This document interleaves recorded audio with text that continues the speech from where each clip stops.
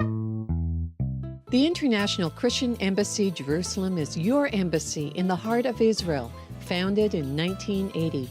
From our headquarters in Jerusalem through our branches in over 80 nations and yours in Canada, we seek to challenge the Church to take up its scriptural responsibility to remind Israel of the promises made to her in the Bible and to be a source of practical assistance to all the people in the land of Israel.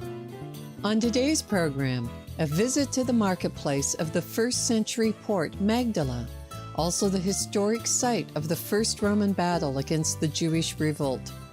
A panel examines the question, in what ways are the Jews of today different than the Old Testament Israelites? And we visit Yad Vashem, the Holocaust Memorial.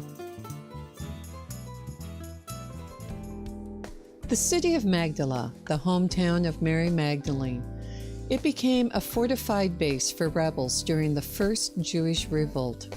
It is the site of what is known as a disastrous sea battle. The known historian Josephus, who commanded the Jewish rebel forces in Galilee, described the Sea of Galilee becoming red with blood and full of dead bodies. Coming up now, a visit to that very site, which is also the marketplace of the busy first century port. So this was the marketplace of the first century port, and as we were filming just outside here, out here was the port. You have the also little walls and structures, yes. So you can see where they had maybe storage, where they kept fish, where they kept their tackle, where they brought supplies for their boats, where people were sending stuff over to the other side, to Capernaum, or bringing it back, whatever. So this was a very busy place. You don't build a solid platform like this unless you have traffic. It's too much work to build it. So this is prepared for heavy duty traffic. And we have a couple of historical references. This is first century. And we know from Flavius Josephus that 240 boats rescued the women and children from Magdala before the Romans came in with their swords to deal with the Jewish rebellion. Everybody in the world almost knows that Jerusalem was destroyed in 70 by the Romans. A lot of people who look at movies know that Masada fell 2 years later. Very few people know that the first battle was here. The rebellion started in Caesarea Maritima, it was squashed. They went into the countryside, they gathered here in Galilee, and this was a focal point, one of the focal points. And this story is amply described by Flavius Josephus because he himself actually led the rebellion against the Romans here. He organized them. He's fortified the northern wall in the city, which you saw over there in the archaeology. Right. He tells us that fish processed in Magdala was sold in Rome. No wonder, because Caesarea Maritima was the most important port in the Roman Empire, the most beautiful port that Herod the Great had built. So the infrastructure was there for that type of... Now we found the fish processing units with the shafts, with the steps and the basins where they were tossing the fish. And we know from the Greek name for Magdala was taricheia, which means tossing. And that's part of the pickling process of pickling the fish so that it would be preserved for the long trip to Rome, for sale in Rome. Now put yourself in the context of fishermen in the Sea of Galilee. If you want to get an extra penny on the pound, you do export. They bring it here, and there's a port big enough to receive it. And then they take it and bring it over to these pickling units, and there we have 10 of them. That is an industrial process, it's like a factory, and it's exported. A couple of days walk to... Boxed in salt, wouldn't it? Probably, yeah. They'd be well pickled first. So the port was Caesarea, and you can see that evidence there as well. Well, it's only a couple of days from here to with mules to go to Caesarea. So it's all very practical. And this would also explain why there's such an income here that allows the building of such an ornate synagogue that's completely frescoed, completely mosaiced, so well built, and then the ritual purification baths that are extraordinary in terms of level. So we're now discovering here in the first century a very stratified society, definitely a very professional or qualified working class that's able to build a professional working crew for stone, for engineering, for planning, for organization. So for the fish industry, there has to be a management level, there has to be connecting people, salespeople. So you have a complex society here. And that's a very interesting observation about how we have to rethink the society in which Jesus moved. We can remember again what we saw upstairs with the columns, that we have Mary Magdalene, right, Susanna and Johanna, the wife of Herod Antipas's finance minister. Now Herod Antipas is the king. His most trusted person is in charge of his finances, probably. And Herod Antipas and Jesus weren't on the best of terms. And yet his most trusted man's wife was probably secretly or quietly, discreetly, a disciple. And then Luke's Gospel, chapter 8, in the first 3 verses, goes on to say that these women, and many others, supported Jesus from their substance. And Mary Magdalene is ahead of Susanna and Johanna, and you normally recognize benefactors in order of importance in any work, and from antiquity that's been the same. We can see it on monuments, even in the synagogue in Cana. You have people that are honored for building the synagogue. So, and you have bigger letters for bigger donors. True. So then this means that if Johanna, the wife of the finance minister, and they had deep pockets, there weren't the same ethics commissions ruling tax collection at the time and checking on them in congressional reports and so forth. So then you have to say, wow, these are a very top level of society, the creme de la creme in the socioeconomic categories that are involved in Jesus' discipleship. And these women have been touched by him, so he was able to reach their hearts, he was able to reach their soul, and they felt inspired by him. And then we could think about these people coming through here. They want to go to Capernaum to hear him preach, because he's living in Capernaum. They want to go to Bethsaida. Somebody got cured up near the Mount of Beatitudes. They're curious. They'd like to see this person that's raised from the dead, the daughter of Jairus. So they used the boats. Who walked on this floor? I love to make this little comment, how Pope Francis says that pastors should smell like the sheep, which means we shouldn't live aloof. Right, live among them.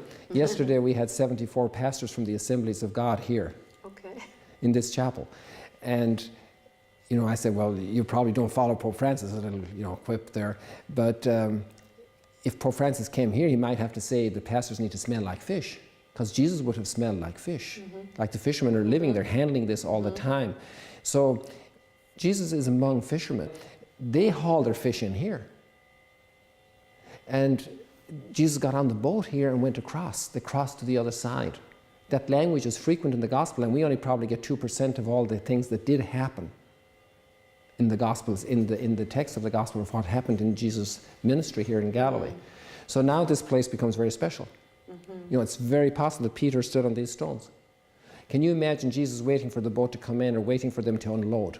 And there are a couple of people that are coming over, they're dealing with something. And he notices Mary Magdalene going by, and he says something that's more for her than for them. And it happens 2 or 3 times, and she's beginning to say, wow, this man is different. This person has a different message. He's touching my heart, he's touching my mind, he's touching my life. So then, at some point then, there's a connection. She says, I need to talk to him, I need help. So this is where this is happening. And now we can see the structure here. We have seating like in the synagogue, columns like in the synagogue, and we sent some of the fresco samples from the synagogue to a lab in Germany, and they analyzed and identified the pigments and reproduced them to decorate this building. These would be natural pigments, would they not? So then imagine now you're here in a space that's authentic first century, and I even dare to say that maybe it's even more probable that Jesus walked on this floor than he walked in the synagogue. Something very interesting happened last summer. A friend of mine said, can you please give a special tour to a friend of mine who's coming? So a mutual friend introduced us, and this man was New Age, an entrepreneur from the US, a very successful entrepreneur, And when he was totally imbued with New Age thinking, when he came here and he understood this space, he took off his shoes, then he took off his socks, and he spent 10 minutes walking here. And he wanted to get the energy from the stones where Jesus walked. So this space is touching a lot of people, but obviously, first of all, in its visuals, it's telling us this is like the synagogue. And that has extraordinary meaning, because if we go to the synagogue, we can ask the question, who was using the synagogue? Well, obviously Jewish people.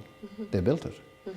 But among the Jewish people in the first century, they had a surprise in their synagogues one day, another day. A carpenter from Nazareth came by. A Jew. And he opened up the scriptures for them. And they called him rabbi. It's very interesting that when Mary Magdalene experiences the risen Christ, her first word is Rabboni, my teacher. So this rabbi is in their synagogue. And then our synagogue, Christian talking, is closed down by 67, 68 at the latest, before temple destruction. And who's using the synagogue, let's say from Pentecost to 67, 68? Well, Jewish people.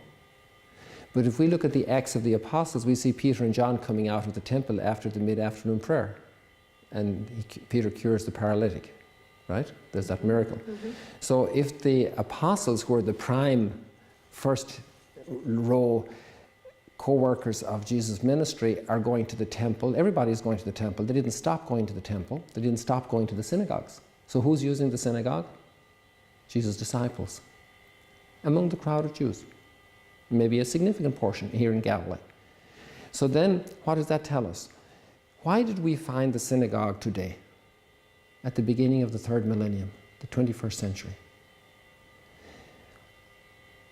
Would it be fair to suspect that Providence wants us to look at what unites us?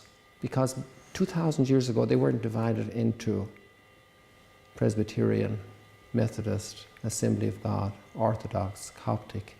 We were still one family of Jesus' disciples. And we were not yet separated from the Jews. So we had so much in common.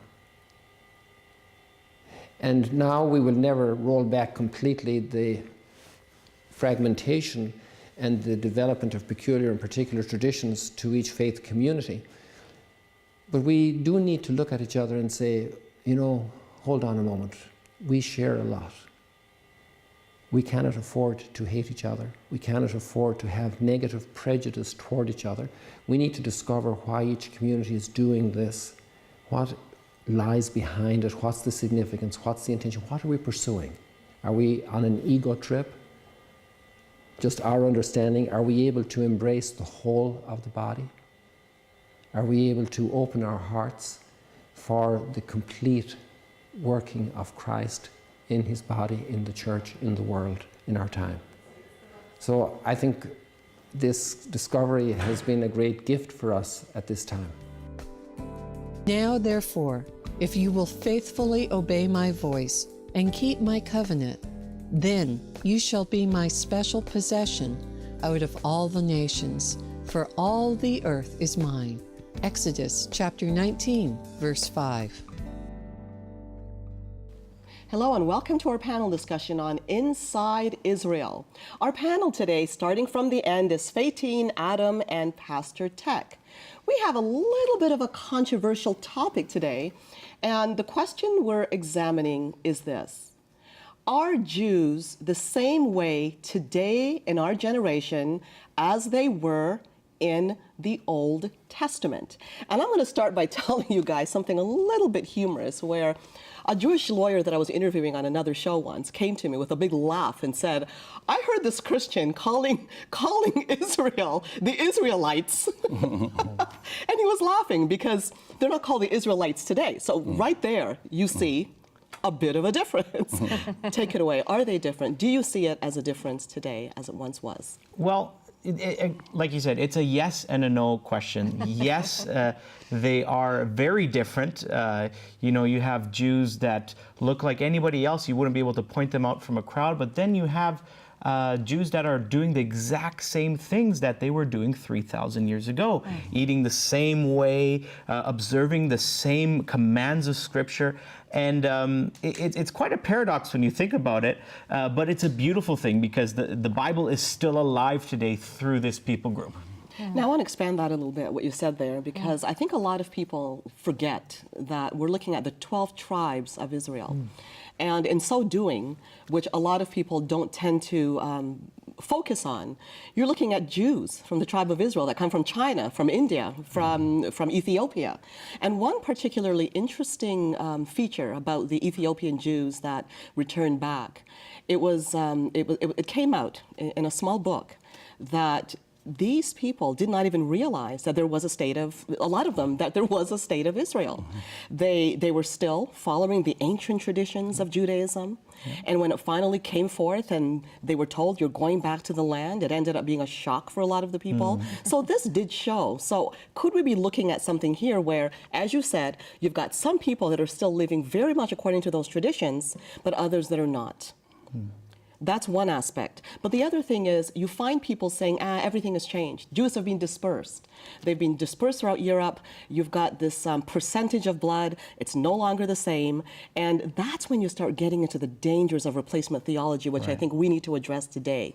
So on that note, and I'd like you to pick it up from here, Faitine, do you see the Jews of today the same as they were presented as in the Old Testament? Yeah, well, maybe if I could just boil it down to the simplicity of how I see the Word of God, both Old Testament and New Testament, and that is a people yearning for the Messiah, right? And so back then, 3,000 years ago, the Jewish people were waiting for the Messiah, looking for the Messiah, praying for the Messiah to come. And still today, there's a people that are looking and longing for the Messiah, whether they express that in an overtly religious sense, or whether it's just, as I've heard people say in the past, that each one of us has a God-shaped void in our heart, right? And so people are people. Whether we were people 3,000 years ago or today, the Lord has ordained it in His spiritual laws in creation that all of humanity is looking and longing for a Messiah. And this is the story of the Jewish people.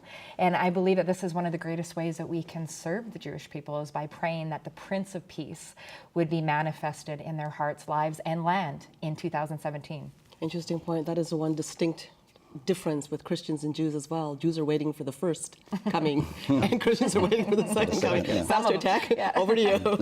Who knows? When it comes, it's will be his the first time or the second time. Yes, it will be second Will for be the us. second. But the Bible is very clear that the Word of God is forever settled in heaven, so it won't change. Right. For as long as they are living according to the Word, they will never change. See, so the Jews of yesterday and the Jews of today, the same, except for the modern things that they do. Because the world has changed. Because the world is changing. Other than that, I think even the faith itself. See, the Sabbath, I think that's a practice that they had, that up to now they still do. And blessing their children. Yeah, and that makes them distinct from the rest of us. Yeah. Yeah. And so if it was done before and still being done today, they had not changed. Now, the replacement theology, I believe that, people bought into this idea before because there was no Israel then. See, when we were talking about Israel before 1948, there was no Israel. And so who was Israel? So say, okay, the church. Now the church is Israel. That's why they bought into that. But now that we have this modern Israel, the state of Israel, born in 1948, there is no more reason for them not to believe that the Israel of yesterday is still the Israel today. Yeah, it's a fulfillment of prophecy, Bible prophecy right before our eyes. That's right. I wasn't born in 1948, but my grandparents were there. And so, there's that direct contact with a Bible prophecy coming to life. In Genesis 12, verses 1 to 3, we see God giving that land as a promise, an everlasting covenant to a people, the Jewish people. And 2,000 years ago, it's still that people that have come back to the land. And so it really blows your mind. It's mind-boggling, and it's an amazing thing. The Jewish people themselves are a paradox. Throughout history, there has been attempt after attempt to wipe them out. From Inquisition to pogrom, to the Holocaust itself, we've seen that. But this people persists, and and I believe it is through those mitzvot, those things that you mentioned, Pastor Tech, Sabbath, circumcision, the bar mitzvah, the feasts. All these things are proof that no, they're not a different people. They're not some race from Russia that came out and just chose to call themselves Jews. We are talking about the actual covenant people, descendants of Abraham, Isaac, Yaakov, Joseph, the descendants of David. Till this day, you can find Orthodox Jews and non-Orthodox Jews that claim Kohanim blood, the priestly blood, and that's because that line has not been broken even from that time. So it's quite amazing when you look at it from that perspective. The subject of Jewish identity I want to get into, but based on what you said about wiping out, there was an academic, Dr. Dan Meichman, who is one of the top go-to people in Yad Vashem. I asked him over a luncheon once, how would you define the difference between a genocide and the Holocaust? And this is what he said. The Holocaust was an attempt to exorcise the Jewish spirit from the world. Yeah. And that is tragic. But to this day, Adam, we see that because the Jewish people have been dispersed throughout Europe, because sadly the Jewish people have suffered terribly during the Holocaust, and sometimes at the hands of Christians, to the point where the Christian church has largely sort of gotten rid of his whole Jewish identity, so that in this day and age, you still find Jews that are very bitter about that, and they feel that you are missionizing in Israel, and you're trying to rob the Jewish people of an identity. Now, this is a very controversial subject, but I'd like if you can weigh in on your feelings or opinion when it comes to this identity issue. Well, first of all, when it comes to the missionizing aspect, there is no greater friend of the state of Israel today than the evangelical Bible-believing church. Acknowledged by Netanyahu. Absolutely, there is no greater friend, and we've seen that over the past half century. The church rising up, realizing the prophecies fulfilled, realizing this. Now, of course, it's still going to be a difficulty for the Jew to accept the fact that people who claimed themselves to be Christians were acting very unchristlike and really killing Jews. It will still, Crusades? the Crusades, even during the Holocaust, we see this. So it's very difficult for them to still accept that, and it's difficult for Christians maybe as well to see, without proper teaching, to see the biblical truth that this is a people that has not changed. This is still, God still has a promise. You know, God is not done with the Jewish people. He is not done with the Jewish people. And we need to respect the Jewish identity. Yes. What I'm hearing here is Israel was a nation in the Old Testament, and Israel still is a nation. And will forever be. That's right. Absolutely. So in that way, Israel has not changed. Yes, and you're going to have to keep on watching more and more of Inside Israel, because this is the kind of panel discussions that will be continuing. I'm standing today with Dr. Susanna Kokkonen, Director of Christian Friends of Yad Vashem, right at the site in Jerusalem at Yad Vashem Memorial and Educational Center. Susanna, it's a beautiful day here. Show us what we are seeing here. Well, we are standing in a very special spot, kind of between the past and the future, because if you look behind us, you see the museum, a very special building designed by architect Moshe Safdie. And this is the museum where we have the Holocaust history, the artifacts where we tell the story of what happened in the Holocaust.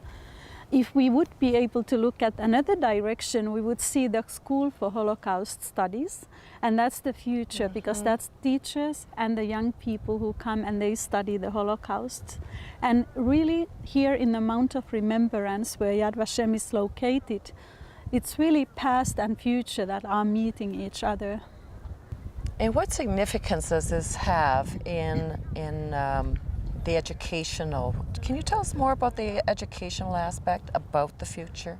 So one of the things that Yad Vashem does is education. We have an international school for Holocaust studies here at the campus. And what that means in practice, it means that teachers and educators from all over the world come to Yad Vashem to study how to teach the Holocaust, anti-Semitism, and even Israel today. We also have parliament members, journalists, people of influence coming here to study. And they don't only study with our academics, but they also meet with Holocaust survivors. And that meeting is the one that really changes people, because then you realize that it really happened. And it's people who are still alive, some of them, and they tell you their personal story.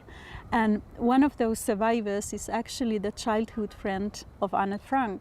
Often, especially the younger people today, feel that 70 years is a long time and it's ancient history. But then when they come here and they meet the people and they say, well, I was on that list. Yes. The story comes alive. We conclude our program today with some sights and sounds within Israel.